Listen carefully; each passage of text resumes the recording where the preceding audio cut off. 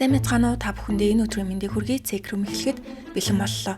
Өнөөдрийн иргэн хохирогчд нь бүгд хүүхдүүдсэн бөгөөд гэмт хэрэг үйлцэн арга нь үнэхээр зэрлэг байв. Мөн 1995 онд Кобегийн их газар хөдлөлт болж түүнээс 2 жил хагасын дараа энэ нэр гарсан тул Кобе хот одоо яана? Яаж гад ийм аимшигтай хот болчихоо гэх яриа хүртэл гарсан. Уг хэргийг үйлцэн цуврал алуурч нь 14 хүн настай дунд сургуулийн 3 дугаар ангид сурагчжээ. Энэ эргээс үүдэн Японы хуулийнхаа насыг 16 байсныг 14 болгон бууруулж исэн. 1997 оны 5 сард Кобе хотын Сума дүүрэгт Хасегийн гэр бүл амьдардаг байжээ. Ээж, аав, ах болон 11 настай Хасе Жүнгээд дөрүүлээ Сума дүүргийн Томогоо дах орон сууцнд амьдардаг байжээ. Жүн яст мэлхий алтан загас хевлэр явагддаг дуртай тэрээр ээж автагаа дэлгүүр орохдоо заавал амтны дэлгүүрээр ордог. Гэртээ яст мэлхий тэжээдэгч жоох хүүхэд учраас аав ээж нь хооллож усыг нь сольж өгдөг байлаа. Мөн Жүн хүү хөгжлийн хоцрогдолтой зарим нийтлэлд оюуны бэрхшээлтэй гэж гардагч хүнд биш бага сургуулийн тусгай ангид тусдаа суралцдаг сурагчээ. 1997 оны 5 сарын 24-ний Бям гарагт Жүний аав Хасе Моморо эмч тэрээр өмнөх өдөр нь эмнэлгийн шөнийн ээлжинд ажиллаж дуусаад өдрийн 12 цагийн орчимд гэртээ ирсэн. Энэ өдөр сарын 4 дахь Бям гараг байсан тул сургууль амрах өдөр байлаа. Маморо эхнэр болон 2 хүүгийн хамт өдрийн хоолндоо каритай цагаан будаа, хусны нахатай хуурга, гишүүний ногоо амтрах идэд гэр бүлэрээ сун хид хідэн драма үзжээ. Үдээс хойш 1 цаг 40 минутын орчимд баг хүү Жүн нь би өвөөгийнх рүү яваад ирье гэж хэлээд гарсан. Өвөөгийнх нь алхаад 10 орчим минутын зайтай маш ойрхон байсан бөгөөд хүү ганцаараа байнга очдог байсан тул эцэг их нь юу ч бодлогүй явуулжээ. Тухайн үед ирээд он байсан болохоор 11 настай хүүхэд ганцаараа гудамжинд явах нь тийм ч аюултай зүйл биш ээ.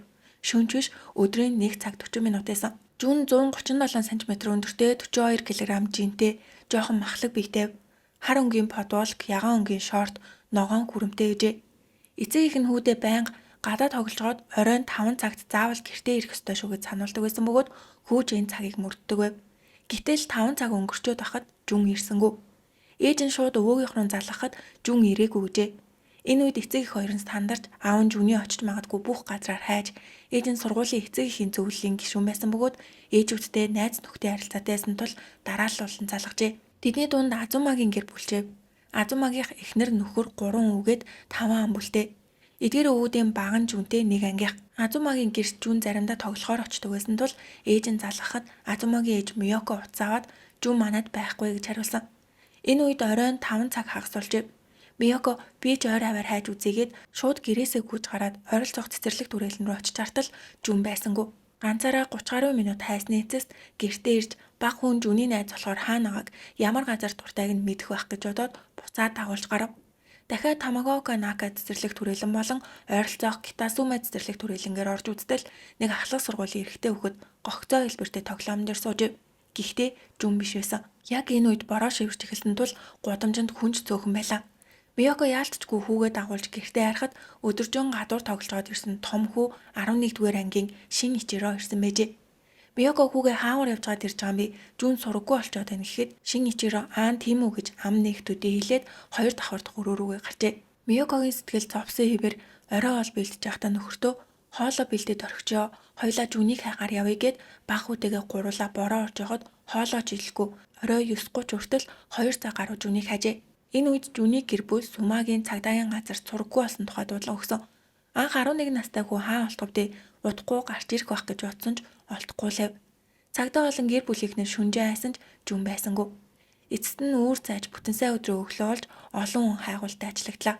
Цагдаагийн 15 ажилтан сургуулийн эцэг их багш нарын холбооноос 50 орчим хүн гал дүмэртэй тэмцэх албууртал хайлтанд оролцож эхэлсэн. Энэ хайгуулын багт Азумагийн гэр бүлчээ. Тэр өдрөө ээж Миёко нь өсчөө орсон бөгөөд аав Азума болон баг хүү дунд хүүгээ дагуулan гэрээгээ ойролцоох сүм ой модыг нэг бүрчлэн шалгажээ. Амралтын өдөр зам дээр машин ихтэйсэн учраас тэд дугуугаар явж уулын бэлд очоод алхаж үзгүүгээ дугуугаа цоожлох житэл аав нь том хүү шин ичиротойгоо таарч энэ юу хийж байгаа юм бэ гэхэд шин ичиро аава дугуугаа миний хаарч олчих гээд аавынхаа арай том сайн тавхдаг дугуугаар өөрийнхөө дугуйг залхах хүсв. Аав нь яагаад хаашаа явах гээд байгаа юм бэ гэхэд Библиэс дэлгүүр гэж хариулдаг. Библиэс нь ном цомог зардаг дэлгүүр бөгөөд тухайн үед хүүхдүүдийн хувьд тоглоомын газар шиг лээ. Аав нь дугуйгаа сольж өгөөд дунд олон баг хүүгээ дагуулan Жүн гэж дуудсаар цааш явж байхдаа Жүний аав ээж болох Хаасаа хостой таарчээ. Хосууд маш өрөвдөлтэй харагдсан тул Азума мэндэлж чадаагүй гэн. Олон хүн хүүг хайж исэн ч Жүн олдохгүй лээ. Харин оронд нь гэрчүүд гарч ирсэн. Өчигдөр 4 юм уу 5 цагийн үед тэр элсэн дээр харагдсан гэдэг. Тэр газар нь Китасуме цэцэрлэг түрээлэн байв. Өмнө нь Азумагийн гэр бүлж очсон Жүний эцэг эгч хэд хэдэн удаа очиж хайсан газар. Жүний гэрээс алхаад 16 минут орчим зайтай маш жижиг цэцэрлэг түрээлэн. Голдуу амны орон сууц Кобе их сургуулийн Мёдоны кампус байдаг бөгөөд гэмт хэрэг их гардаг бүс биш ээ. Хайгуулын баг ойролцоо хайлуудаар нэг бүрчлэн хаалгыг цохиж ийм хүүхэд харсан уу гэж асуусан ч Жүнийг харсан хүн олцсонгүй. Энэ үед Жүний ээж 80 удаа зарлал хэвлүүлэн Китасуме цэцэрлэг түрээлэн GR Суме вокзал Санамия вокзалд нааж замаар өнгөрөх хүмүүс жижиг зарлалыг нэг өдрийн дотор 800 ширхгийг тараажээ. Мөн хэргийг нээлттэй ирэн сурвалжилж мэдээ болон орой сонинорч мэдээлжээ. Гэвч Жүн хаанч байсангүй. Маргааш нь буюу 5 сарын 27-ны 2 дахь өдөр Миёко 3 хүүтэйгээ өглөөний хоолоо идэжээ. Аав нэрт ажилдаа явжээ. Миёко хүүхдүүдийнхээ хоолыг бэлдэж удалгүй дунд олон баг 2 хүн төрүүлж гэрээсээ гарсан. Том хүү шинэ хичээрээр сэтгэл зүйн зөвлөгөө авах шаардлагатайсан тул 2-7 хоног сургуулиасаа чөлөө авсан байжээ. Тэр өдөр ч гэсэн ээж нь түүнийг хүүхдийн зөвлөгөө өгөх төрөв дагуулж авах ёстой. Гэтэл хэдэн минутын дараа сургуульдаа явсан дунд хүн гэртээ буцаж ирээд сургуулиас гэртээ хайр гэсэн гэдэг. Ингээд Миёко өөрний хүүхдээ ээж рүү залгаж манай хүү сургуульдаа очиод буцаад ирлээ. Танай хүүхд ч бас тэгсэн үү гэхэд манай хүү сая орж ирлээ гэдэг. Утасныхаа харилцуурыг тавьсны дараа Миёко Жүнийг гэрлүү залгахад Жүний ах уйлсан дугаар Жүн олцсон гинэ. Аав сургууль руу шалгахаар явсан гэдэг. Миёко дотроо ямар нэгэн ноцтой юм болсон учраас сургуулиас хүүхдүүдийг гэрт нь буцаасан байх гэж бодсон ч Жүн амьд уу өгсөн үү? Эсвэл ямар байдалтай олцсныг ч мэдээгүй. Ямартай ч олцсон юм байна гэж бодоод дунд хүүгээ гэрт нь үлдээж Шиничирог дагуулан зөвлөгөө өгөх төв рүү явж бүртгүүлэхээр хүлээжэтэл зурагтаар гинэт шуурхай мэдээ гарч өнгөрсөн бям гарагт сурггүй болсон хаасаа Жүнхүү олдлоо. Томогоако дунд сургуулийн үндсэн хаалганы урд Жүний зөвхөн тасархай толгойн тавигдсан гэж мэдээлдэг. Миёко цочролд орж хамаг биеийнх нь шар ус босоод чичирч ямар галзуу новшин ийм зүйл хийгээвэ гэхэд хажууд нь сууж байсан хүү Шиничирон амар юм а хурдан гэртээ харъя гэдэг. Тэр өвч гисэн цочролд орсон болтой. Гэхдээ насан турсан ээж Миёкогоос хайвгүй тайван байв. Сандарч гунигалсангүй. Зүгээр л баргаар царайлан мэдээг үздэг. Миёко яаран бүртгэлийн тасаг руу очсон бөгөөд тэр өдөр зөвлөгөө авах цаг биш. Зөвхөн бүртгэл хийх ёстой байсан учраас бүртгэлээ дуусгаад хурдан харийгээд Шиничирогийн гараас хөтлөн гардаг.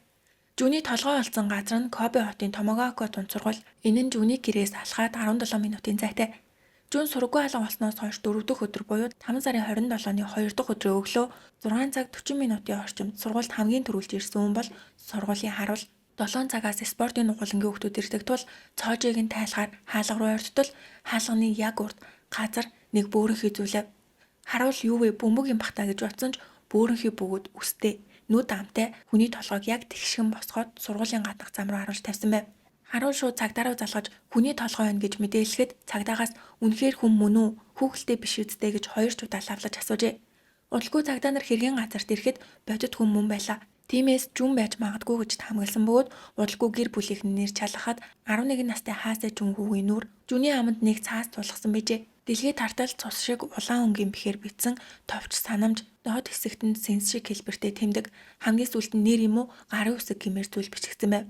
Тэнд тоглоом эхэллээ. Цагдаа нарт хандаж хэлэхэд намайг зогсоогоод үзээрэй. Би аллах үлдэхдээ маш баяртай байдаг болохоор тэсгийн аргагүй байна. Хүн үхийг харахгүй бол солиорч гоод байна. Заваа ногоонуудад үхлийн ял шийтгэл олон жилийн турш хуримтлагдсан цусан өршөөг авах болно гэсэн гэмт этгээдийн бичсэн занл хийлийн загтлалаа. Би аллах хийхдээ маш баяртай байдаг гэсэн бөгөөд алхаж байгаа хүмүүсээ заваа ногоонууд гэж дүрсэлжээ. Мөн скул гэл гэх үгийн англи үсэглэлийг сайн мэдэхгүй байсан уу? Эсвэл жоохон замраагүй бичвэр болохоор харагдахгүй байсан уу? Ямартай ч скул гэл гэж үтжээ. Ингээд төгсгөлд нь Онибара гэж нэрээ бичсэн. Цагдаа нар энэ загтлыг хараад арай цуврал алуурчин биш үстэй гэж бодсон. Яагад гэвэл уг хэрэг гарахаас 2 сарын өмнө буюу 3 сард баг сургуулийн 4-р ангийн Ямашита Айка гэдэг охин сургаггүй алга болоод нас барсан байдалтай болсон. Гэмт этгээд охины толгойн артлыг хүчтэй цохиж амьд нүрсэн бөгөөд одоо хүртэл баригдаагүй. Энэ хоёр хэрэгт нийтлэг зөвлөсөн нь хохирогчид эсэргүүцэх чадваргүй баг сургуулийн жоох хүүхдүүд мөн зэвсгээр толгойроо товтлсон. Дээрээс нь гэмт этгээд зоригтойгоор ирээдүйд тоглоом эхлэн гэх мэт зүйл ярьж байгаа тул цагдаа нар цуврал алуурчин байна гэж үзэж хэрэгт анхаарал хандуулж эхлэв.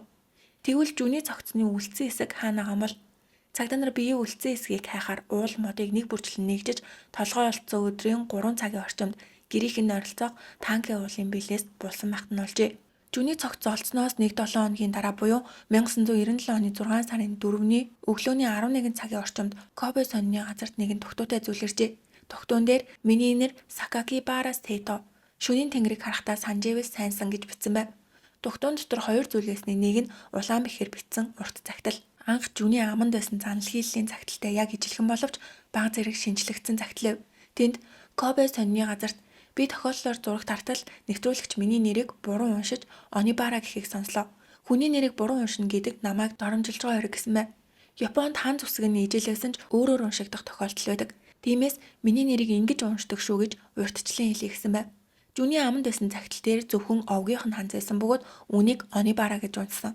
Өөрөө нэрээ бичиж өгөөгүй ч нэрийг нь уншсангүй гэж уурласан. Цааш нь боловсролын системд гомдолтой байгаагаа ярьжээ. Заавал эзэмших боловсрол олон тэр боловсролыг бий болгосон нийгмээс авах хөшөө авалтаа би мартаагүй. Энэ удаагийн аллагын тоглоомыг эхлүүллээ. Яагаад би аллах туртайг мэдгүй. Төрөлхийн аран шин гэж хэлхээс өөр аргагүй. Би энэ тоглоомд амь настаараа дэнчин тавьсан. Дахиад нэг удаа миний нэрийг буруу унших юм уу, намайг доромжлох юм бол 7 хоногийн дотор хамгийн багадаа 3 ногоог сөнөөх болно. Намайг зөвхөн хүүхдүүдийг л алж чаддаг хүүхдийн гэмт хэрэгтэн гэж бодож байвал том эндүрэл шүүгээд загтлын төгсгөлд надад нэг хүнийг 2 удаа алах чадвар байгаа. Аманд зулгасан загтлын бичиг бороонд нороо уншихад хэцүү болсон байх гэж бодоод яг ижил агуулгатай загтлыг дахин илгээж гэнэ гэж бичжээ. Эхний занал хийлийн загтал болон хоёр дахь загтал бага зэрэг өөрөө. Эхний загтал дээр хэвлэл мэдээллийнхэн буруу уншсан Онибара гэх ханзал байсан бөгөөд нэр нь байхгүйсэн бол хоёр дахь загталд Сейто гэх нэрээ нэмж бичжээ. Мөн англиар анх School Kill гэж бичижээснаа дараагийнхт нь School Killer гэж зассан байв. Гэхдээ одоо хүртэл School гэдэг үгээ School гэх мэтээр буруу бичсэн байдаг. Энэ нь алдаа биш. Үнэхээр School гэж яаж бичдгийг мэддэггүй юм байлаа.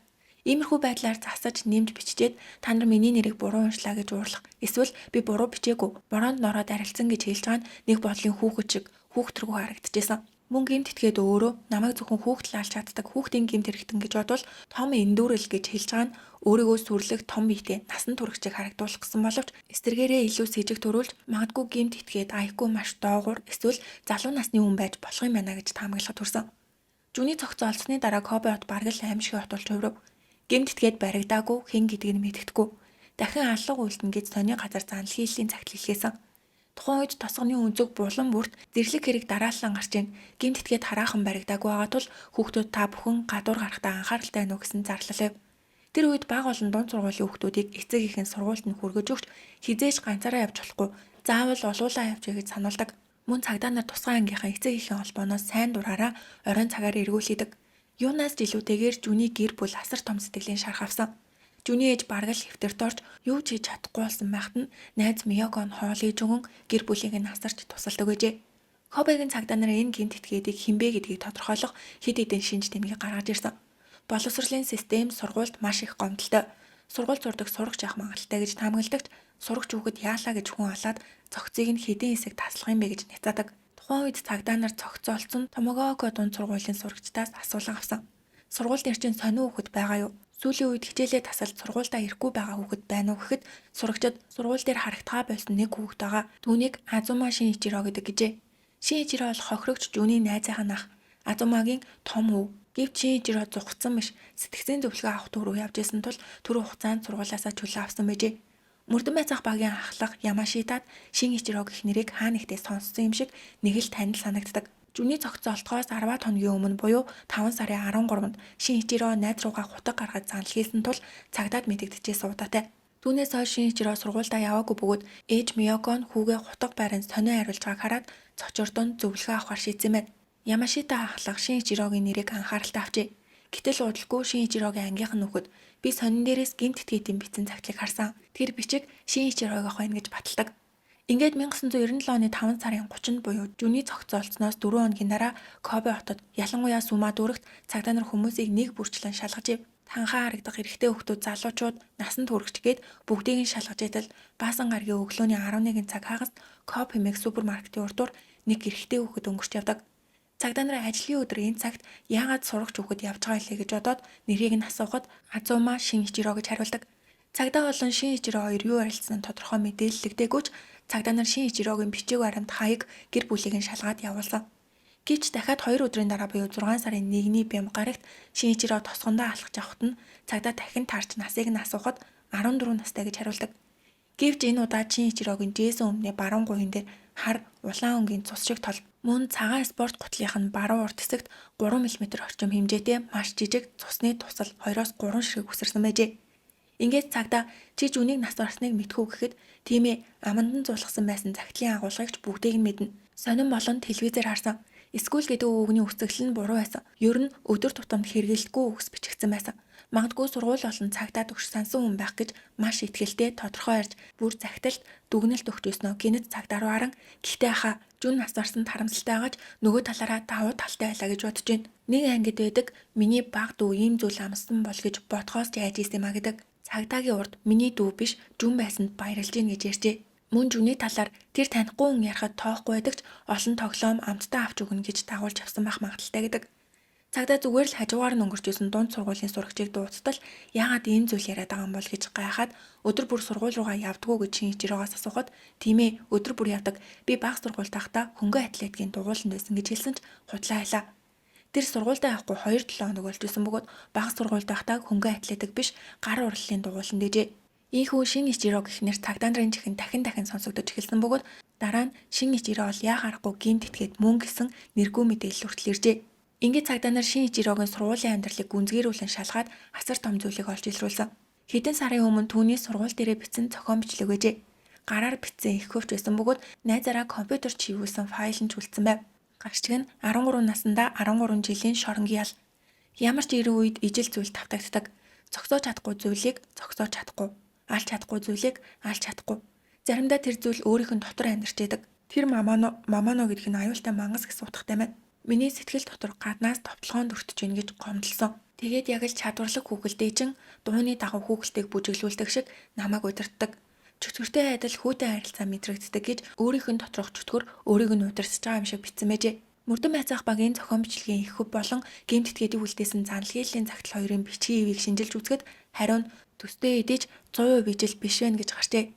Зөвхөн энэ бичгийн ивээр Шиничирог гэмтэтгээд мөн гэж шууд дүгнэж болохгүй ч эсвэргээрээ гэмтэтгээд биш гэж няцаах боломжгүй. Улмаар мөрдөн байцаах баг Шиничирог сайн дураар дагуул ирж асуулга авахар шийджээ. 1997 оны 6 сарын 28-ны Бямб гарагт Кобе хотод хар салхины улмаас өмнөх өдрөөс нь эхлэн тасралтгүй бороо орж ив. Өглөөний 7 цагт мөрдөн байцаах баг Азумагийн гэрт очив.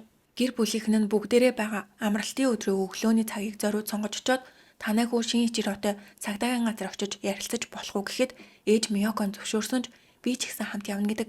Ингээд ээж хүү хоёр цагдаагийн машинаар Хёго мужийн цагдаагийн ерөнхий газарт ирж байцаалтын өрөөнд суугаад цагдаа түнээс чи жүнийг алсан уу гэж асуухад үгүй би биш гэж маш тайвнаар айж имээсэн шинжгүүлдэг. Мөрдөгч гэмтэтгээдийн сонины газарт илгээсэн цагтлыг үзүүлээд бид нар бүгдийг нь шалгаж баталгаажуулсан. Энэ чиний бичиг мөн шинжилгээгээр бүх юм гараад ирнэ гэж хэлтэл Шиничирог гинэд дуйлж хэрэгээ хүлээж эхлэв. Тухайн үед мөрдөн байцаах баг хэрвээ хэрэгээ үлээхгүй болгээд бие төлөвлөгөө хүртэл бэлдсэн байсан ч хэрэг болсонгүй. Гадаа үлээжээсээ ээж Миёко ч хүнийг мэдээд ухаан алдахын наагур яахаа мэдэхгүй сандарчээ. Тэр өдрийн орой Азумагийн гэрт шалгалт хийж эхлээд нэг давхрын гал тогооны ширээний хажууд байх цагтлын идэх савнаас 100 йены марк гарав. Дараа нь 2 давхарт байх дунд олон баг хүүгийн өрөөнөөс дугтуу гарсан. Энэ дугтуу олон марк нь гэмтэтгээдийн Кобе сонины газарт илгээсэн заналгийллийн цагталд ашигласан зүйлстэй яг ижилэв. Шиничирогийн өрөөнөөс гэрт нь байдаг Курико катана гэх содын хэлбэртэй жижиг Япон утга олцсон бөгөөд шүүгийнээс нь хэдэн сарын өмнөөс бичсэн тэмдэглэлийн дэвтэр олцсон ба бичвэр болгоны төгсгөлд цусны толб дарсан байлаа. Мөн заналгийллийн цагтл дээр байсан салхин сэнс шиг хэлбэртэй марк яг адилхан тэмдэглэл дээр нь бичээстэй. Сүүлд энэ нь нацистийн хас тэмдгийг дуурайж хийсэн болох нь тогтоогдсон. Гэр доторхойг нэгдэжсэн цагдаа аав Азумагаас тэр таазны автанг татаж өгөхийг хүсжээ. Азума энэ гэрт амьдардаг мөртлөө таазны дээр ийм орон зай байдгийг ч мдэггүйсэн бөгөөд таазны автанг татаад тартал дотор талын гадаргуу дээр цусны толб байжээ. Азума сандарч бороо ороод ингэсэн бахта гэдэгч борооны ус байсан бол чихтэй байх байтал цусны толб хэдэн өдрийн өмнө хатсан байв. Азума цагдаагаас энэ таазыг хуулж яах ч хамээ гэж асуухад мөрдөгч гүнзгий амьсгаа аваад танай хүү жүний таслан толгойг гэртээ авчирч энэ таазанд нуусан гэж мэдүүлсэн гэхийг сонсоод эхнэр нөхөр хоёрын хөлн мдэггүй болж шууд газар зөвхрөн унжээ. Таазан дээрээс Гитлерийн миний тэмцэл ном 357 магнум загварын хийм буу болон хийм бууны кассет нэг ширхэг олцсон. Ингээд маргааш өглөө Шиничирог албан ёсоор баривчлагджээ. Шиничирогийн асуудал ил гарч эхэлсэн үе нь 4 сарын 24-ний өдөр буюу Жүн хүүгийн аминд хүрэхээс сарын өмнө юм байна. Эцэг их нь баг хүүгийнхээ спорт өдрөлгөт оролцохоор баг сургууль дээр нь очиж дэмжижээтэл гинэд Шиничирогийн сургуулийн багш нь ирж Гэрт чи очтол хинч байсангүй. Тиймээс энд ээж магадгүй гэж бодоод хүрээд ирлээ. Шинжироо найзтайгаа тамхи татчихад баригдсан. Би сануулга өгтөл найз нь тамхи татснаа хүлээн зөвшөөрсөн ч шинжироо эцээ хүртэл би татаагүй гэж мэлзээд тэр найзаасаа өшөө авна гэж яриад байна. Түүнээс өшөө авах гэх мэт зүйл гарахгүй тул гэртээ сайн сануулж хянаж өгнө гэдэг. Орой ол шинжироо гэртээ ирэхэд аавна. Чи тамхи татсан юм уу гэж асуудал. Үгүй ээ, найз маань худлаа харсан гэдэг. Энэ үед эцэгийнх нь хүүгийнхээ үгэнд итгэжээ. Аав нь өөрөө тамхи татдаггүй болохоор тамхины үнэрийг шууд мэдэрдэг байсан бөгөөд хүүгээс нь хизээч тамхины үнэр гарч байгаагүй учраас хүүдээ итгэсэн гэдэг. Сүүлд шинжироо баримтлагдсны дараа өрөөнөөс нь марл бороо олцсон. Түүнээс хойш 20 орчим өдрийн дараа буюу 5 сарын 13-ны өдөр шинжироо тамирынхаа хичээлийг тасалж ангитаа байсан алтан загаснуудыг нэг нэгээр нь хоостой хувин руу шидэж эхэлсэн. Багш нь үүнийг хараад чи яагаад ингэж байгаа юм бэ бойл гэхэд ус нь заван байна гэдэгч ус нь цэвэрхэн байсан бөгөөд алтан загаснуудыг алсан. Тэр өдөр хичээл дуусны дараа шинжирөө ойролцоох Томогавака Нака цэцэрлэг түрээлэнд бага сургуулийнхаа Юкиг их найзтайгаа уулзсан. Шинжирөө Юкиг харангуйтаа гинэт бугуун цагаа тайлж чи Рюгадагийн хэргийг мэдхүү. Тэрийг би хийсэн. Би арх ууцсан байсан болохоор санахгүй байгаач 80 орчим хувийг нь хийсэн гэдэг. Рюгадагийн хэрэг гэдэг нь 2 сарын өмнө буюу 3 сарын 16-ны өдөр Сумаа дурагт 2 жоохон охин дараалан халдлагад өрсөн. Өдрийн 12:25-д 10 настай Ямашита Айко охин замаар явж итэл нэг дунд сургуулийн эрэгтэй хүүхэд ирж усны крант хаана байдгийг мэдхүү гэж асуусан. Охин крант байгаа хэсэг рүү дагуулж автал дунд сургуулийн үг гинэт алхаар охины толгоор хүчтэй зохиод зүгтжээ. Айко охин имлэг түргэгдсэн ч хүнд бэрхтлийн улмаас 7 хоногийн дараа нас барсан. Айко охин руу халснаас 10 минутын дараа тэрхүү дахин нэг замаар явж исэн бага сургуулийн 3 дугаар охины хэвлийн хэсэг рүү утгалжээ. Аз болоход тэр охин амьд үлдсэн. Тухайн үед сургуулийн багш нар болон хөршүүдийн дунд энэ эргийг Шинжироо хийсэн биш үү гэсэн цуу яриа гарч исэн ч байцаалт аваагүй. Гэтэл энэ цуу яриа Шинжироогийн чихэнд турж Юки намайг алуурчин гэж яриад яваад байгаа юм байна гэж бодоод Юкиг дуудаж би Айкаг алсан. Тэгээд яах юм? Чи айж гинөө? Яагаад миний тухай цуу яриад хараагаад байгаа юм бэ? Би чамд ямар сайн байлаа да гэж шахажсанаа гинэт цагаа тайсан гараараа Юкигийн нүүр толгой руу зохиж газар унган өшөглөж эхлэв. Юки эсэргүүцэж чадалгүй зодуулж байтал Шинжироо тэлээнэ зүлттэйсэн хутгаа сугалж далайхад Юки арай гэж цухтан гэрлүүгээ гүжирсэн. Удалгүй Юкигийн ээж сургууль руу залгаж Шинжироо гэдэг хүн манай хүүхд зодож хутга далайснаас болж сургуультай явж чадахгүй байна гэжээ. Юкигийн анги таасан багш болон эрхлэгч багш хоёрын сандран Юкигийн гэрт ирэхэд хүүгийн царай цонхиж багшаа би өөрийгөө үхэх гэж байна гэж бодсон. Би одоо сургуультай явахгүй гэдэг. Юкигийн байдлыг харахад энэ нь сургууль дээр шийдвэрлэх асуудал биш вэ? Хитрхийн ноцтой дээрээс нь хутга гарч ирсэн учраас Юки болон түүний ээжийг дагуулan ойролцоох цагдаагийн эсрэг рүү очиж мэдүүлэг өгөх гэтэл цагдаа нар эн чинь найзуудын асуудал байна. Одоо цагдаагаар явах юм бол дараа нь эвлэрч чадахгүйгээд өргөлийг нь хүлээж аваагүй бөгөөд дараа нь Юкигийн аавд багш нар болон цагдаа нар юу ч хийж чадахгүй. Хэрвээ Юкид үнэхээр хэцүү байгаа бол өөр сургууль руу шилжихээс өөр аргагүй гэж хэлдэг. Эцэст нь Шинжироо биш хохирогч Юки өөр сургууль руу шилжсэн. Үүний дараа сургуулаар нэг Юки Шинжироог алуурч Айкаг алсан хүн гэж цуу яриа тараагаад зодуулсан юм байна. Жихнээсээ Шинжироо Айкаг алсан махта гэх яриа гардаг бөгөөд Шинжироо байнга надаас бусад бүх хүн ногоонуудад юу ч хийсэн яад ингэж ярьдаг. Дээрээс нь Айкагийн алхлагаас өмнө нь 2 сард бага сургуулийн 2 эмэгтэй хүүхэд замаар алхаж байхдаа алхаар цохилсээр гарсан. Аз болоход октод амьд үлдсэн мэжээ. Энэ эргийг ч гэсэн Шинжироо хийсэн гэсэн цуу яриа газар авчив. Тухайн үед хохирогчдын гэр бүл хүүхдүүдэд дахин халдлагад өртгөө сэргээлж аль болох нууцлдагч Шинжироо би тосгоны гүүрний ойролцоо охтыг алхаар зогсон гэж найзуудтай гайхуулан ярьдаг гэжээ. Гэвч тухайн үед шалгагдаагүй зөвхөн цуу яриа төдийлсэн. Хэрвээ тухайн үед цагдаа нар сайн шалгасан бол Айко охин болон Жүнхүү амьд үлдэх боломжтой байсан. Ямар тааж хохирогч Юки шилжиж сургууль дээр шалгалтын хурал болж багш нар Шинжирогоос чи хутгаар сүрдүүлсэн үү гэж асуухад үгүй би гараараа зодж байтал хутга бид тороод ахаар нь газар тавьсан гэдэг. Багш нар Шинжироогийн биеийг шалгатал тэлээнд нь Юки рүү дайрсан хутга байв. Удалгүй Шинжироогийн аав Азумаа ирэхэд багш нар дахиж хизээч Юкид гар өрч болохгүй гэхэд Шинжироо би бага сургууль тахта маш олон муу зүйл хийсэн. Бүгдийг нь Юкид ярьсан. Би түүнд ямар их туслалаа да. Гэтэл Юки намайг муулаад сонин цуу яриа тараагаад байна. Би түүнийг уучлах чадахгүй. Та нар намайг хичнээн загнасан ч би уучлалт гуйхгүйгээд гинэт гомдолтойгоор уйлж эхэлдэг. Аав нь хүүгээ ингэж уйлахыг анх удаа харсан бөгөөд загнаж чадаагүй гэдэг. Тэр өдөр гэртээ ирээд яагаад Юкиг зодсон юм бэ гэж таймнаар асуухад Шинжироо өөрийгөө өмөрч би буруугүй би хутга талаагаагүй гэж гомдлон тасралтгүй худлаа ярьжээ.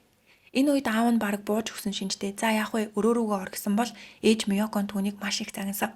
Тэгэхэд Шинжироо би маргаашнаас эхлээд сургууль руугаа явахгүй. Багш надад дургүй намайг үзэн яддаг гэхэд ээж Миёкон тэгвэл яваад димий. Оронд нь ээжтэйгээ хамт зөвлөгөө өгөх төрөө явъя гэд сургууль руу залгаж би түүгээ хэсэг хугацаанд сургуульд явуулахгүй байхаар шийдлээ гэдэг. Харин сургуулийн зүгээс эрс эсрэгүүцсэн ч Азумаас үгүй оронд нь бид зөвлөгөө өгөх төрөө явуулна гэж зөрүүлснээр сургууль руу явуулсангүй. Энэ шийдвэр нэцтэй Шиничирод хүн алж цогцыг хэсэгчлэн ваарнд хийж хаях гэмт хэрэгүүлдэх чөлөө цагийг нь гаргаж өгсөн. 1997 оны 5 сарын 16-ны өдөр Шиничиро ээжийнхээ гараас төтлөн анх удаа зөвлөгөө өгөх төвд очив. Тухайн үед эмч түүнтэй янз бүрийн зүйл ярилцсан бөгөөд Шиничирогийн талаарх түүний сэтгэгдэл нь шулуун шудрах хөвгчийг санагцсан. Байгаагаараа ярьжсэн ч нүүрний урал байхгүй. Харц тулгархаас зайлсхийдэг. Харилцагтаа үргэлж хүндтгэлийн үг хэрэгжилжсэн нь суурь хүмүүжил сайн авсныг харуулж ийн гэж дүгнсэн бол ээж Миёкогийн хувьд энгийн нэг ээж шиг харагдсан. Хүүхдүүдийнхээ хүмүүжилд маш их анхаарал тавьдаг ба хүүхдээ орхигдуулсан шинж тэмдэг байгаагүй гэж тэмдэглэжээ. Гэвч энэ хоёрт ижил төстэй зүйлээс нь тэд сургуульд маш их гомдолтой сэтгэл дундар байдаг. Зөвлөгөө дууссаны дараа эмч сургууль руу холбогдож ээж хүү хоёр сургуульд нэлээд гомдолтой голтой. Тиймээс хүүг түр хугацаанд сургуульд ирэхгүй байхыг зөвшөөрнө гэж хэлснээр Шиничиро сургуульдаа огт явхаа болсон. Миёко Шиничиротой нэг тохиролцоо хийсэн нь өглөөний цагаар огт гадагшаа гарч болохгүй. Хүүхдүүдийг хичээл тарах цагтаа тааруулан гарахыг хүссэн. Шиничиро энэ амлалтыг маш сайн биелүүлдэг гэжээ. 5 сарын 23-ны баасан гараг буюу Жүний эрэг гарахаас ганцхан өдрийн өмнө Шиничиро дугуйгаа унан гадагшаа гарч найзуудтайгаа уулзсан. Найзууд нь чи яагаад сургуультай ирэхгүй байгаа мэй гэхэд би зөвлөгөө өгөх төрөв явж байгаа. Над шиг сонин гаж донтой хүмүүс очдог. Мод ч юм уу зураг зурулаад тийм ч сонирхолтой биш гэж ярилцчихсан аа. Гэнэт би та нарт нэг сонирхолтой зүйл үзүүлэх үү? Түр хүлээж гараа гэд дугуйгаа унаад явснаа 5 минутын дараа чанмал хийдэг таглаатай шилэн сав барьж ирдэг. Тэр савн дотор цагаан давс дүүрэн байх бөгөөд давсны завсраар сааралдуу махны тасархаа шиг зүйл харагддаг. Хүүхдүүд гайхаж энэ юу вэ гэж асуухад Шиничиро сонирхолтой байна уу? Энэ бол муурны хил. Муудчих байх гэж бодоод давсанд дарсан. Би шүн муур алж хөлийг ногтолж авсан. Тэгээд сэгийг нь сургуулийн хаалганы урд хайсан. Та нар мдээгүй мүү? Ямар ч яриа гараагүй байна уу гэхэд хүүхдүүд мдээгүй. Яагаад тийм амар зүйл хийж байгаа юм бэ гэхэд би мууранд өшөөтэй гэж хариулсан байна. Ингээд найзууд нь айсандаа дахиж юу ч асуухаа болохоо Шиничиро маргааш 4 цагт надтай хамт тоглох уу? Библиэс дуулцгаая гэж салсан. Маргааш нь буюу 1997 оны 5 сарын 24-ний бям гарагт буюу 11 настай хаасай Жүнхүү өвөөгийнхөө гэрлөө явхаар гэрээсээ гарсан өдөр Шиничиро маш их баяртай. Амралтын өдөр учраас өдрийн 3 цагаас өмнө гадагшаа гарч болох учраас 1 цагийн үед гэрээсээ гарч дугуйгаа унан тосгоноор хэнийг алах вэ гэж хайжгаад Жүнхүүтэй тарав. Тэрээр үргэлж өөрөөсөө дүү жижиг биетэй хүчгүй хүүхдүүдийг сонгож халддаг байв. Мөн Шиничиро Жүнхүүг яст мэлхийн дуртайг мэдчихсэн тэрээр уул руу яст мэлхийн үзэхээр явж гинэ. Хамт явж үзгүүгээд гэрийнх нь оролцоо байх Тэнгисан уул руу авч явсан. Анхны нэр нь Рүүгөө уул байсан бөгөөд тэнд томоохон усны танк байдаг тул оршин суугчид танк гэж дууддаг байжээ. Энэ уул бол Шиничирогийн нууц зүйлээ хийдэг газар. Ингээд юу ч мэдгүй Жүнхүүг дагуулan уул руу өгсөж антинтэй том төмөр тоорны оролцоо ирэхэд Жүн ахаа яст мэлхийн хаана байгаа юм бэ гэж асуудаг. Шиничиро түр хүлээжээ удахгүй гарч ирнэ гэд хурууны хийгээ үлдээхгүй тулд урьдчилан бэлдсэн бэлийгээ өмсөд зүүн гараараа Жүний үзүг хамаг хүчээрээ боож эхэлсэн ч Жүн хөлөөс авч эсэргүүцэж түлхэж эхэлсэн тул санснаас нь хэцүү. Дахин хэд хэдэн удаа оролцсон ч бүтэхгүй байсан тул хутга хэрэглэх гэтэл гэртээ үлдээсэн байжээ. Тэрээр хэсэг эргэлцснээ пүүзнийхээ үдээсийг тайлж түгээрээ Жүний амийг хороосон.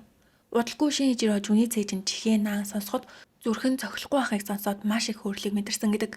Өмнө нь хэд хэдэн удаа хүүхдүүд рүү хаалтаж Айкагийн амийг хохироож байсан ч хэргийн газар шууд үхгийг нь харж байгаагүй түнд амьтаа алхаас тэс өөр мэдрэмж төрсөн гин. Шиничиро Жүнхүүгийн цогцыг антинтай хашаан дотор хийхийг хүссэн ч тэнд төмөр тор татсан. Цоожоор цоожлсон байсан тул хаалгыг нэх боломжгүй. Тиймээс уулын бэлд ах Ливенкоп сүлжээ дэлгүүр рүү очиж цоож олон төмрийн өрөө хулгайлж буцаж ирээд цоожны юу хэлбэртэй эсгийг төмрийн өрөөгөөр тасалж дотгошоо орон Жүний цогцыг навчаар хучиж хулгайсан шин цоожороо хаалгыг цоочлон уулаас був. Одоо тэр антинтай хашааны түлхүүр зөвхөн Шиничирод л байгаа. Өмнөх өдөр найзуудтайгаа Библиэс 4 цагт уулзахаар тохиролцсон ч цаг 4:30 болсон байв. Яарад очтол найзууд нь хүлээж исэн бөгөөд яагаад очирсан бэ? Юу хийж исэн гэхэд Шиничиро би ууланд унтчихад ирлээ гэдэг. Гэвч найзууд нь Шиничирогийн байдлыг харахад түүний үс дөнгөж усанд орсон юм шиг шалд норсон. Асексийн пүүз нь нэлээд бохирдсон байлаа. Хамгийн гол нь түүний бэлтгэлийн өмд нь бүхэлдээ шороо навч болсон бөгөөд дээр нь шоргоолж явж исэн нь найзуудад нь үнэхээр сонь санагджээ. Ингээ Шиничиро орой 7 өнгөрч явахад гэртээ харсан. Тухайн үед Азумагийн гэр бүлийнхэн Жүнхүүг хайжив. Ээж аав баг хүн хүртэл тосгоноор нэг хайжсэн ч энэ бүгдийг том хүн хийсэн байлаа. Маргааш нь буюу 5 сарын 25-ны өдөр Азумагийн гэр бүлийнхэн Жүнг хайхаар бүгд гарсан. Аав нь баг хүүтэйгээ хамт танк уулын оролцоодаг. Шиничиро өдөр 1 цагийн үед гэртээс хар өнгийн 2 ширхэг хогийн утолон сургуулийн цүнхээ авч утгаа бүсэндээ ихэд гэрээсээ гарч өчигдөр Жүнхүүг нуусан танк уулын антинтай хашаа руу явах замдаа аав дүү хоёртойгоо таарсан ч аав нь огт сэжиг авсангүй. Бүр аавтайгаа дугуйгаа цолоод цаашаа яван антинтай хашаанд очиж өчигдөр уулгаасан төмрийн өрөөгөөрөө жүн үгийн толгойг тасалжээ. Түүнч толгойг нь гол эсвэл өөр ууланд хаях бодол байсангүй. Тасалсан толгойг урдаа тавиад ширтжээснэ тэр цагт тэнд байсан нь чиний л буруу гэд бүсэндээ байсан утгаа сугалж жүний нүрийг сийждэг. Авчирсан гялгар уутрын цус тусалж эхлэхэд Шиничиро түүнээс балгаж уужээ. Сүүлд мөрдөн байцаалтын үеэр яагаад цус уусан бэ гэж асуухад миний цус заван байдаг. Цэвэр ариун хүүхдийн цус уувал миний цус цэвэршиж ариусч магадгүй гэж бодсон. Нэг тийм металл долоож байгаа юм шиг амттай байсан гэж мэдүүлжээ. Ямар ч Шиничиро жүний толгойг гялгар ууданд хийн гэртээ авчирч дээвэртээ нуусан. Маргааш нь буюу 5 сарын 26-ны өдрийн 2:30-д Азумагийн гэрт Шиничирогийн дунд сургуулийн эрхлэгч багш ирж хүүгийн биеийг асуухад ээж Миёко нь ойрдоо маш тайван байгаа. Сургуульд явахгүй байж болно гэж хэлснээс хойш сэтгэл нь амарсан. Дүүтэйгээ сайн тоглож их инээж байгаа гэд хүүгээ өрөөнөөс нь дуудаж гаргахад Шиничиро унтлагын хувцас ургасан үстэйгээ нэг давхарт бууж ирдэг. Багш нь ярилцж хаад гинэт чи жүнийг алга болсныг мэдж байгаа зү гэхэд Шиничиро тийм ээ манай дүүгийн найз болохоор манайхаар их ирдэг байсан. Тийм болохоор мэдж байгаа гэдэг. Үнэн дээр багш нь ч гэсэн Шиничирог сэжгэлсэн. Зүгээр нэг асуусан юм шиг боловч дотроо сэжгэлжсэн сүлд хэлсэн байдаг. Гэвч тухайн үед жүн үгийн тасалсан толгой яг тэр байшингийн дээвэртээсэн. 15 минут орчим ярилцсны дараа багш явж Шиничиро өрөөндөө буцаж очиод маргааш энэ толгойг хаана тавих вэ? Цагтл бичвүү, улаан өнгөөр бичвэл яах вэ гэж бодож суудаг. Ингээд маргааш нь үүрээр сэмхэн гарч сургуулийн хаалганы урд жүний толгойг зоож тавьжээ. Зарим мэдээллийн хэрэгслэр хашааны төмөрт зоосон байсан гэж бичдэгч энэ нь худлаа бөгөөд газар босгож тавьсан. Тэгэхээр Шиничиро зохиомл гэмт этгээдийн дүрийг бүтээсэн. Гэмт этгээд нь 30 иргэм насны эрэгтэй. Аав нь байхгүй, ээж нь байдагч түүнийг маш их загнаж дарамталдаг. Багадаа ангийнхандаа дээрлэхүүлжсэн болохоор 30 гарсан ч тэр шархан арилаагүй. Сургуультай холбоотой ажил хийж гад халагдсан тул сургууль болон боловсролын системд маш гомдолтой. Өөрийг нь дарамталдаг байсан ээж нь одоо өвчтөе хэвтэж байгаа тул заавал асрах ёстой ганцаардмал эрэгтэй. Энэ эрэгтэйгийн нэрийг Сакагибара Сейто гэдэг. Занлхийллийн загтал дээр ашигласан нэр. Шиничирогийн бүтээсэн хүн юм байна. Тэгвэл энэ шин дүүрийн аав нь байхгүй, ээж нь хатуу шир өнгөх тодорхойлолт Шиничирогийн бодит бага настай ижил байсан уу? Азума Шиничиро 1982 оны 7 сард төржээ. Аав нэр хүндтэй үйлдвэрийн компани цахилгаан холболтын техникчээр ажилладаг байв. Ээж нь гэрээ эзэгтэй. Тэдний гэр бүл Кобе хотын Кита дүүрэгт байх компани байранд амьдардаг. Энгийн компани ажилтны гэр бүлээ. Шиничиро бага сургуульд орох үед хэрэг гарсан 2 давхар хаавс байдаг Сүма дүүрэг рүү нүүж иржээ. Энэ нь нах эмээгийнх нь гэрээсэн бөгөөд эмээгээ асрахаар хамт амьдрах болсон. Ээж Миёкогийн яриагаар бол Шиничиро багасаа л аймхай цочромтгой хүүхдээс учраас эцэг өхөнд зориуд кунфу сургаж хатуу чанга хүмүүжүүлжээ. Ааш зан нь эвдэрч болохгүйгээд үргэлж уурлаж загнан зодож хүмүүжүүлдэг. Сүүлд ээж Миёко нь хүүхдүүдэд асрах үнэхээр хэцүү дарамттай байсан гэжээ. Шиничиро бол айлын том хүү бөгөөд түүнийг төрүүлснээс ердөө 1 жилийн дараа дунд хүн, 2 жилийн дараа бага хүн төрсөн. Шиничиро том хүүч гисэн ердөө 3 настай ээжийн хайр хамгийн эрэхтэй насны дээр байсан ч Миёко ээжд нь хэцүү байна. Цаашаа ийшээ битгий ир гэх мэтээр бараг л түлхэж байнга цухалдаж ханддаг байснаа өөрөө ч хүлээн зөвшөөрсөн. Мөн үргэлж чи айлын том хүү, чи ах нь хэмжин гээд бүх хариуцлагыг түүнд өрүүлдэг. Ариун цэврийн өрөө орох, аяг тавг угаах, хувцас солих, тоглоомоо ураах зэрэг бүх зүйлийг Шиничиро ганцаараа хийх ёстой. Хэрвээ эрхлэх юм бол ээж нь дүүт чинь сүүгийн өгч ин гэж хэлээзтэйгээд дахиад түлхэж зайлуулдаг. Харин аав нь өдөр бүр илүү цагаар ажиллаж гэртээ ирээд шууд унтдаг. Дуу цогтой болохоор хүүхдүүдтэйгээ огт тоглодгүй. Заримдаа гинэт дүрэлтдэл уурлах ба хэрвээ уурлах шалтгаан нь Шиничиро бол түүнийг зодох тохиолдолч байв. Тэр хоёр хоёулаа Шиничирог маш их зоддог байжээ. Ингэж хатуу чанга хүмүүжүүлсэн тул эцэг их нь бид Шиничирог ёс суртахуунтай өгөн сайн ордог хүүхэд болгон хүмүүжүүлж гэнэ гэж бодож байсан ч тийм биш байлаа. Нэг л өдөр Шиничиро ээжийнхээ үгэнд орхойлсон. Тэр бүрт нь Миёко загнадаг байсан тул хүүгийн хувьд ээж нь яг л шулам шиг аимшигтай нэгэн байжээ. Цэцэрлэг тахта тэрэ найзуудтайгаа зогцдоггүй Шиничиро тоглоомоор тоглож байхад өөр хүүхэд ирээд энийг би тоглоно гэд булаагаад авахд юу ч хэлэхгүй шууд буулт хийдэг байжээ. Учир нь тэр үргэлж дүүдээ буулт хийж сурсан байсан. Бага сургуульд ахтаач хүүхдүүдэд дээрлэхүүлэн чигийн улаан орхойг идчихсэн удаатай. Шиничиро уйлан байж тэрийг нь идчихэд гэртээ хараад ээжтэй хэлэхүү болох уу гэж эргэлзэж арай гэж хэлэхэд Миёко тэгвэл чи хариугаа авахгүй яасан. Энэ чиний л буруу гэд эсрэгээр нь загнажээ. Ингээд хүү айж ээжтэй юу ч ярих ойлов. Бага сургуульд ахтаа хичээлийн хэрэгслээ байнга мартаж даалгавраа хийдэггүй байсан болохоор багш нь загнангууд хүү багшаа гуйж ин ээжд баан битгий хэлээрээ огт хэлж болохгүй шүү хэмээн бараг л уйлж гувшдаг байжээ.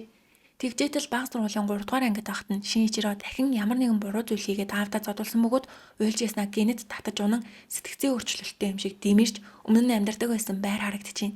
Ээж байхгүй байна гэх мэтээр орилж чарлахад л эцэг их хоёр нь энэ хүүхэд нэг л биш байна. Сэтгцийн асуудалтай болов гэж бодоод эмнэлэг дагуулж очив. Эмч түүнийг мэдрэлийн ядаргаанд орсон байна гэж оншилжээ. Эмч шалтгааныг нь хэлж өгөхдөө ээж нь хүүхдээ хэтэрхий их дарамтлаж байна. Одоо хүмүүжүүлэхээ болоод хяналтаа багасгах гэснээр Миёко би хэтэрхий чанга хандсан юм болов гэж бодоод үглэж загнахаа багасгажээ. Шиничирогийн ганц аврал нь нах зэмэнээс сүүлд шүүх хурал дээр сэтгэл зүйн зөвлөгөө авахдаа гэр бүлийнхнээсээ хэнд нь хамгийн их хайртай вэ гэж асуухад эмээдэй гэж хариулжээ. Шиничиро бага сургуулийн бага ангид байхдаа эмээтэйгээ хамт амьдрах болсон. Эмээгийн хүүгээ нүүж ирснээс хойш ээжтэй загнуулах бүртээ эмээгийнхээ өрөөрөө зүхтдэг.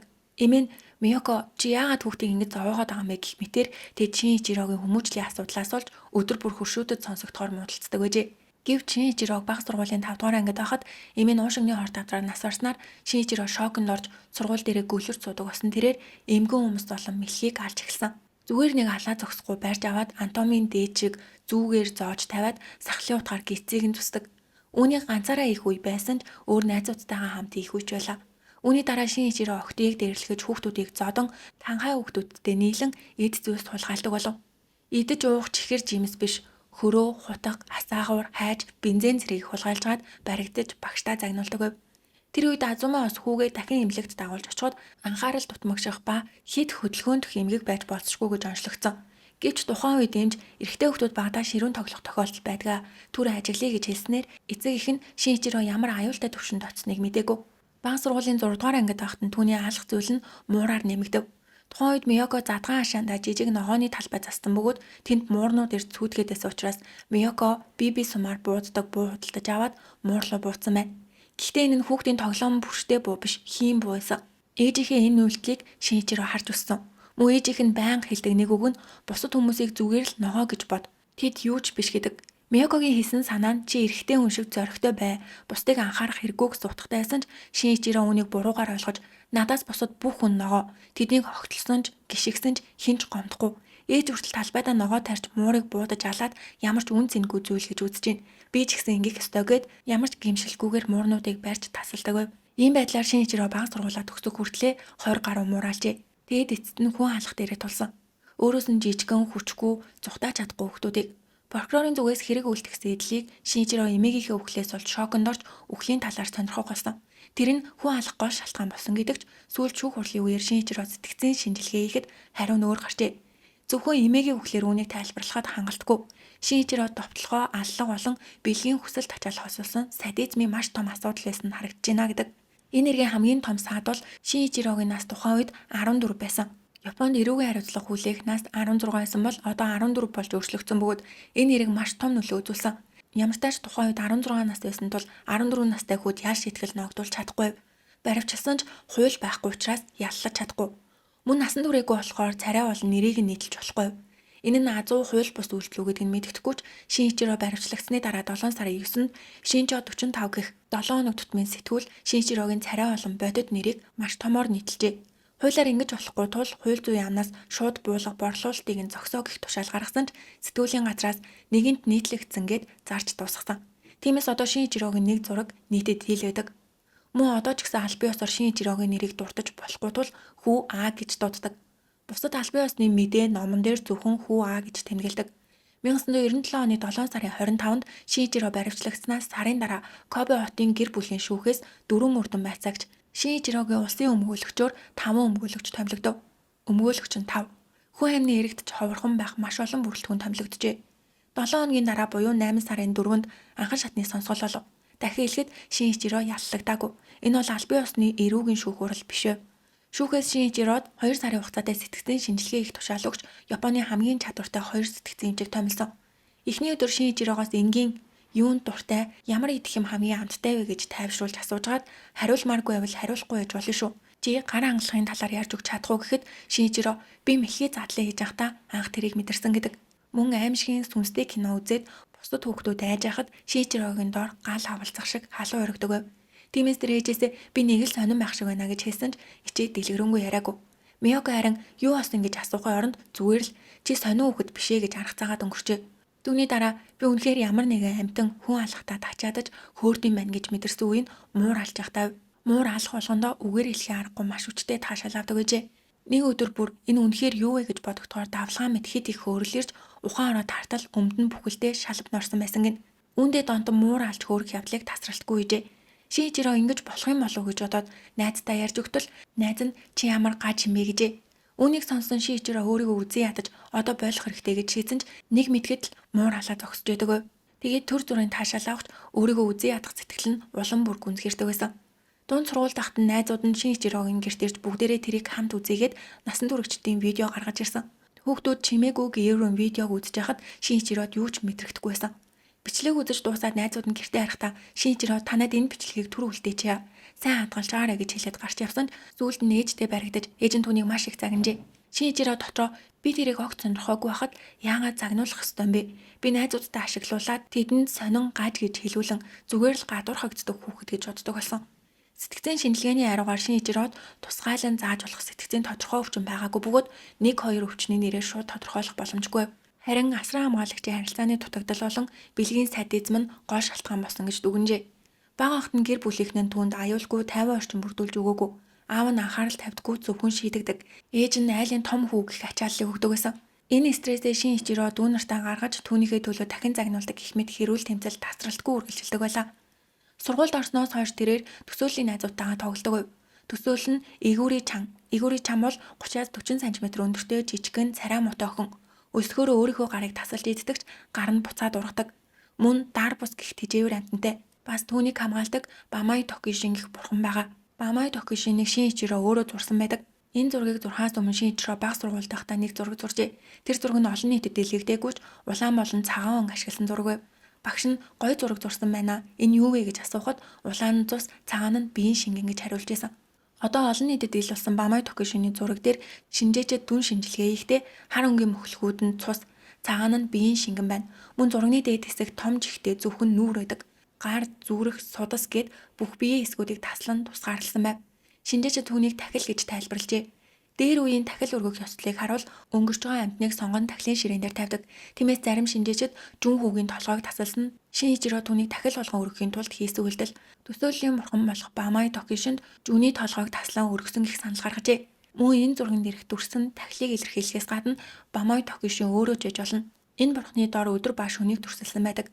Энэ нь өдрөн дүрмийг сайн биелүүлдэг энгийн нэгэн хүн. Гэвч шөнө нь хүсэл тачаалтаа авцсан хүн болдог. Ямар ч тач прокурор болон сэтгэл зүйн шинжээчдийн бодол өөрөө. Прокурор эмээгийнх нь үхлийн талаарх донтолт нь аллах үйлдэлд нөлөөлсөн гэж үзсэн бол шүүхийн сэтгэл зүйчид түүнээс өмнө буюу бага насны сэтгэл зүйн асуудал, дутагдал, дээр нь гаж бэлгийн хүсэл тачаал нэмэгдсэн гэж дүгнжээ. Шинжироо шүүх хурлын турш өөрөө үйлдсэн хэрэг үйлдэх явцаа маш тодорхой ярьдагч шалтгааны талаар асуухад мэдгүй байна гэж хариулдаг.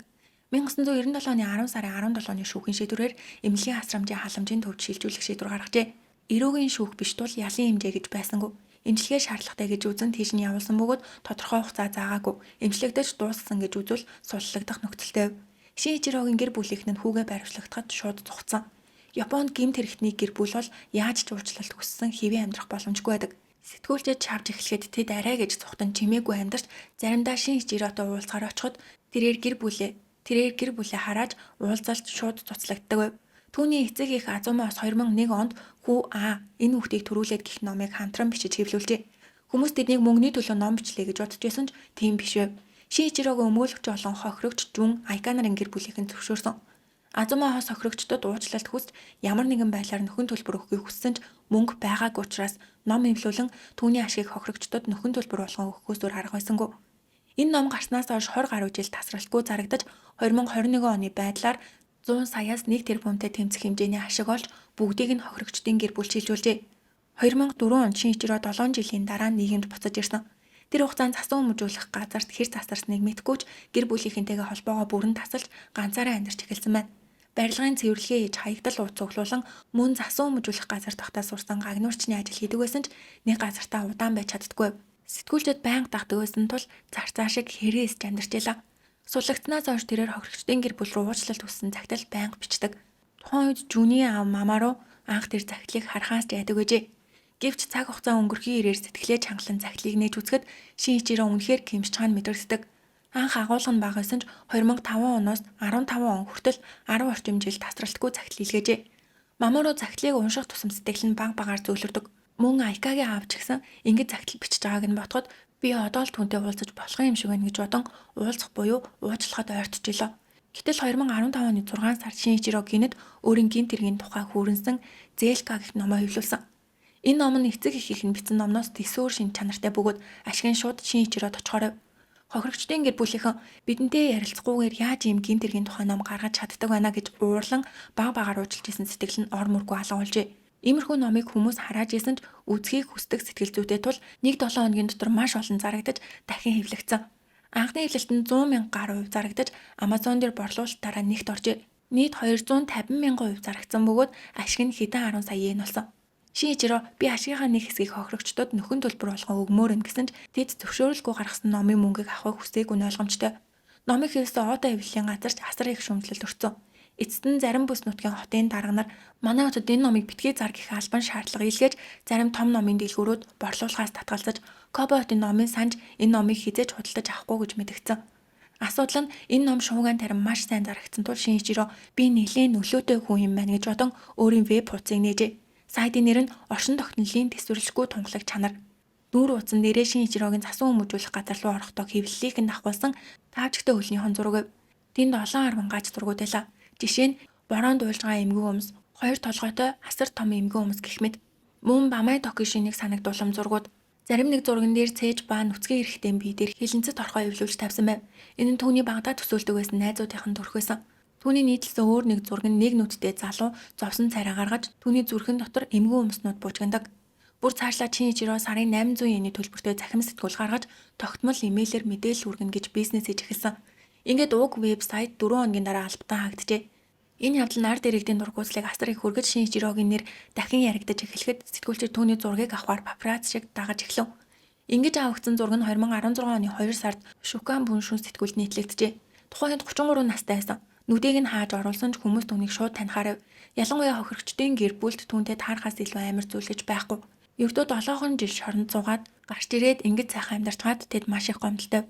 Хохирогчдын гэр бүлийн одоогийн байдлын талаар яривал Жүний аав Хасе Маморо үндэсний гэмт хэрэг төртөгчдийн холбоон зохион байгуулагчаар ажиллаж Кёго мужид сар бүр болдог гэмт хэрэг төртөгчдийн уулзалтыг үүсгэн байгуулалтжээ. Тэрээр гэмт хэрэг төрсөн гэр бүлүүдэд маш том дэмжлэг болж байгаа бөгөөд одоо 70 настай ч хэвлэлд ярилцлага өгч идэвхтэй үйл ажиллагаа явуулсаар байна. Айкагийн гэр бүлч муу адил Айкагийн ээж 2018 онд өвчний улмаас нас орж нөхөр Ямашите Кенжин охин болон эхнэрээ хоёуланг нь алдаж маш их зовж шаналсан бөгөөд одоо ч охиноо санан жил бүр Айкагийн төрсөн өдрөөр түүний дуртай байсан Кариг хийж иддэг. Тэд одоо амьд байсан бол Айка 39, Жүн 40 настай гэр бүл зохион сайхан амьдарч болох байсан ч тэд яагаад үхэх ёстойгоо ч мэдгүй маш богинохон насалжээ. Гэтэл хэрэгтэн залуу ном бичиж сайтны хэвлэлийнхний анхаарлыг татан таашаал авч амьдарсаар байна. Хэрвээ Шиничирогийн аав ээж хүүгээ хайрлаж нэг удаач болов үгийг нь гүйцэд сонсож чин сэтгэлээсээ ярилцдаг байсан бол ийм аимшигтай алуурчин болох байсан болов. Ямар ч тач өнөөдрийн бичлэг маань энэ нүрээд дууслаа таалагдсан ба суугда лайк болон subscribe дарахаа бити мартаарай. Дараагийн бичлэгээрээ уулзтлаа. Түр баяртай.